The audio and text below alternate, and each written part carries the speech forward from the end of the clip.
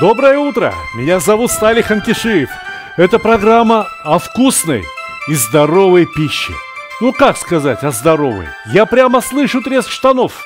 Я предсказываю дефицит джинсов огромных размеров. Потому что блюдо, которое я собрался показать вам сегодня, невероятно вкусное. Там мука, тесто, паста, сливки, масло, сыр, помидоры. Одним словом, все то, за что мы так любим пиццу. Но это не пицца. Или, давайте скажем так, зимняя пицца. И первый продукт, который появляется на нашей сцене, это, ну как назвать, макароны по-нашему, а по-ихнему паста. Ну паста какая-то особая в виде рожков, в виде эдаких завитушек. Вы не представляете себе, сколько соуса на нее налипнет. Но сначала пасту необходимо правильно отварить. Полкило пасты, значит 3 литра воды. Можно 2,5, но это уж совсем минимум. И эту воду необходимо очень сильно посолить. Буквально 3-4 столовые ложки соли.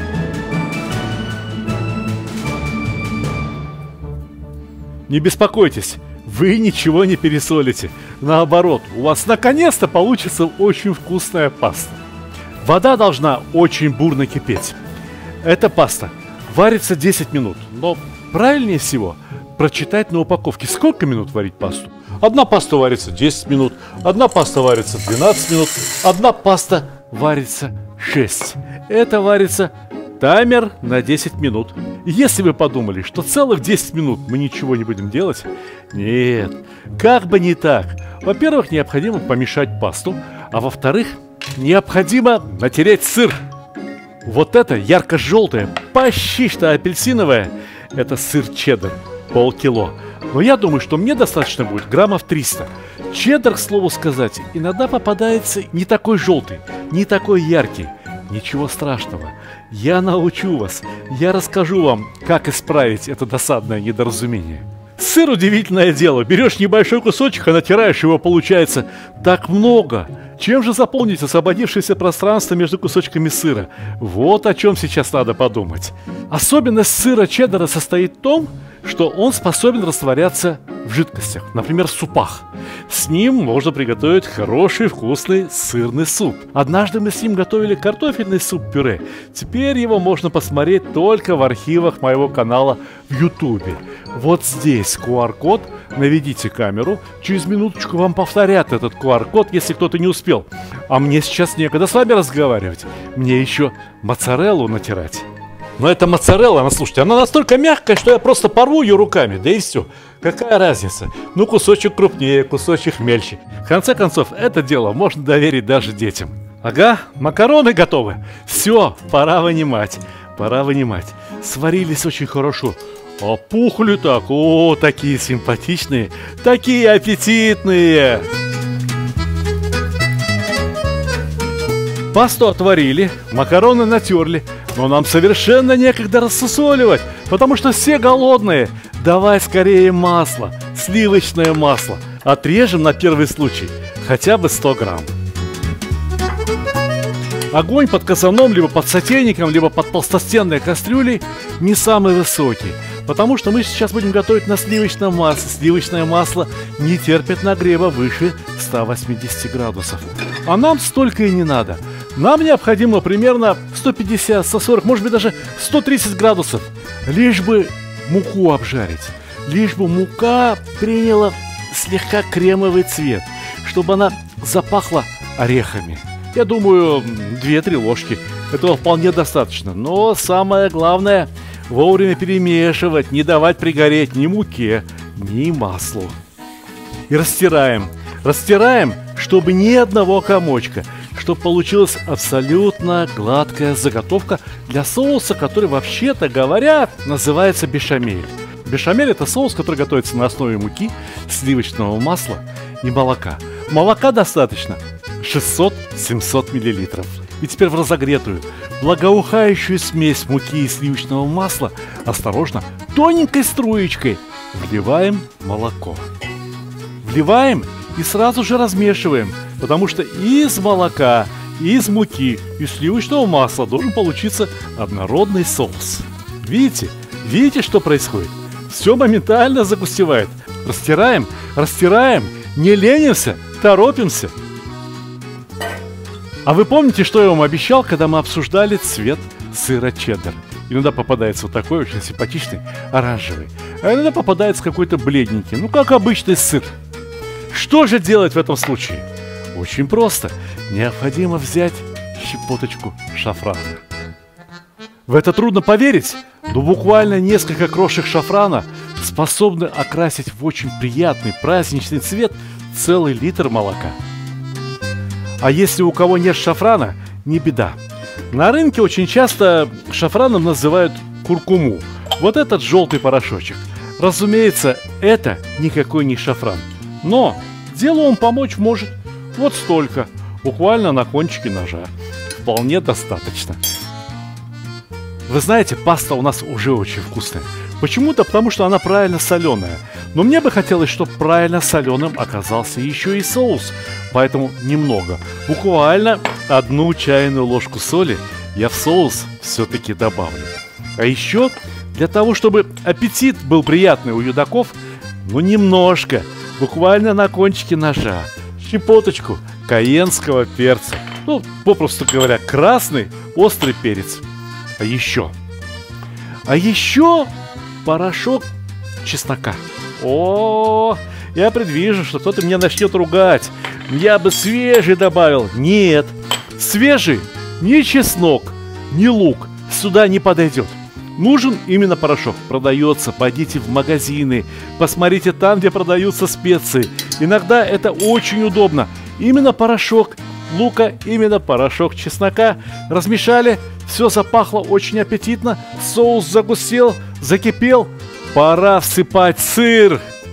О, какая приятная картина. Все-таки кулинария – это великое искусство. Ну да, все-таки большинство талантливых художников – это молодые мужчины, и они рисуют то, чего они больше всего хотят. Они все время рисуют женские портреты. А я кулинар.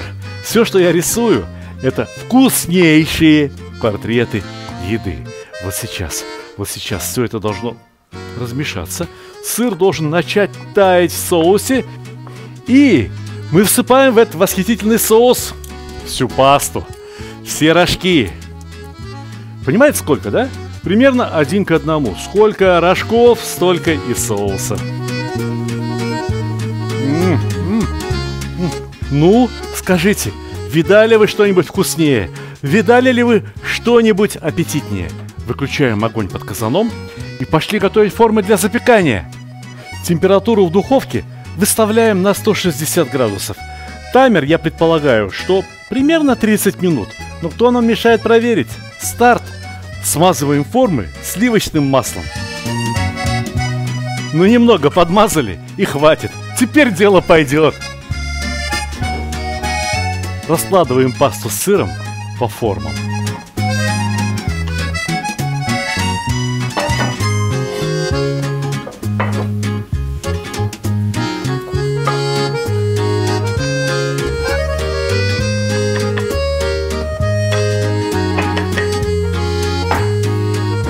Ну а теперь посмотрите, полюбуйтесь.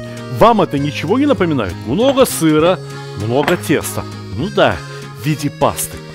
Но разве это не похоже на пиццу? Конечно похоже. Раз пицца, значит помидоры.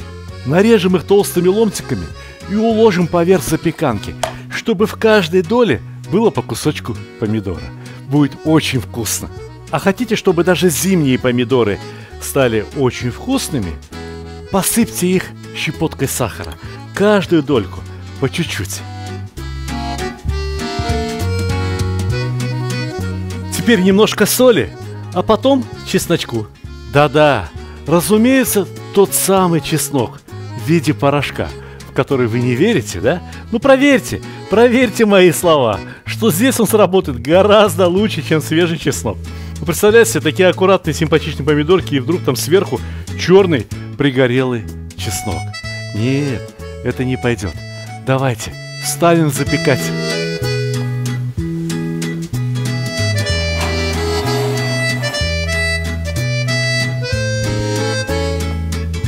Пора подавать. Я по запаху чувствую, что пора подавать. Пора доставать из духовки.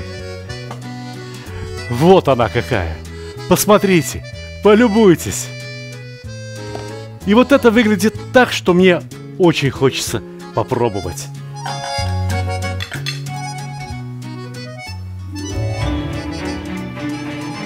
Но, если это кулинария, то блюдо все-таки желательно украсить. Для подобных блюд нет украшений лучше, чем листики базилика. Да, январский базилик – зрелище довольно печальное, но аромат у него все равно очень правильный, очень соответствующий моменту.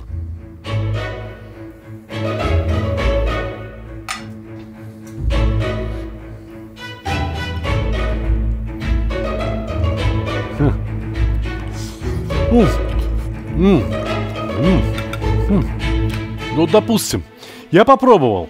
И что мне в этот момент сказать? Мне похвалить самого себя? Нет, я скажу совсем другое. Я скажу о том, как я хочу, чтобы вы непременно приготовили то же самое и попробовали, насколько это хорошо и вкусно. Дорогие друзья, я вам желаю огромных успехов в кулинарии. Я желаю вам крепкого здоровья. И, конечно же, как всегда, приятного аппетита!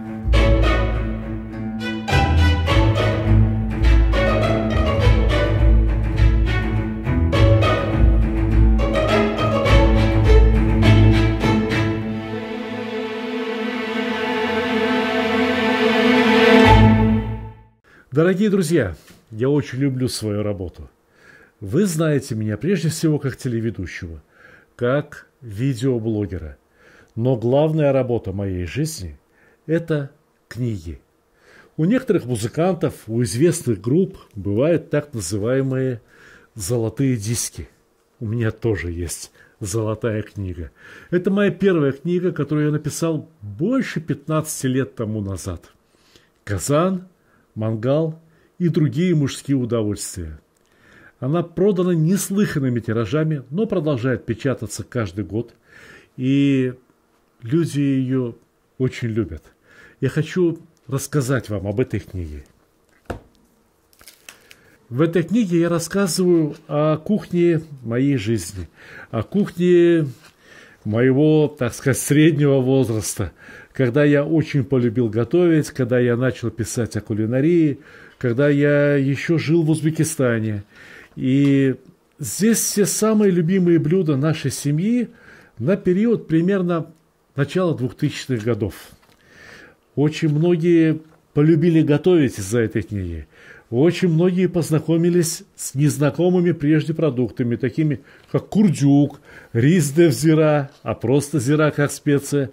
Очень многие, прочитав эту книгу, приобрели себе свой первый казан, свой первый мангал, начали готовить пловы, думляму, шашлыки и так далее, и так далее. В этой книге довольно много иллюстраций, но я хочу сказать, что все эти иллюстрации сделаны были мною более 15 лет назад. С тех пор я учился фотографировать. Я учился фотографировать день за днем, месяц за месяцем, год за годом. И следующие мои книги, хоть они и выглядят намного красивее вот этой, я имею в виду по фотографиям, все равно не достигли успеха моей первой книги «Казан, мангал и другие мужские удовольствия». Приобрести эту и другие мои книги вы можете на моем сайте stalik.ru. Заказы доставляются почтой и курьерскими службами по России, а также по большинству стран СНГ. Обращайтесь, заказывайте. Заказать можно и с автографом. Я лично ставлю автограф на каждую книгу.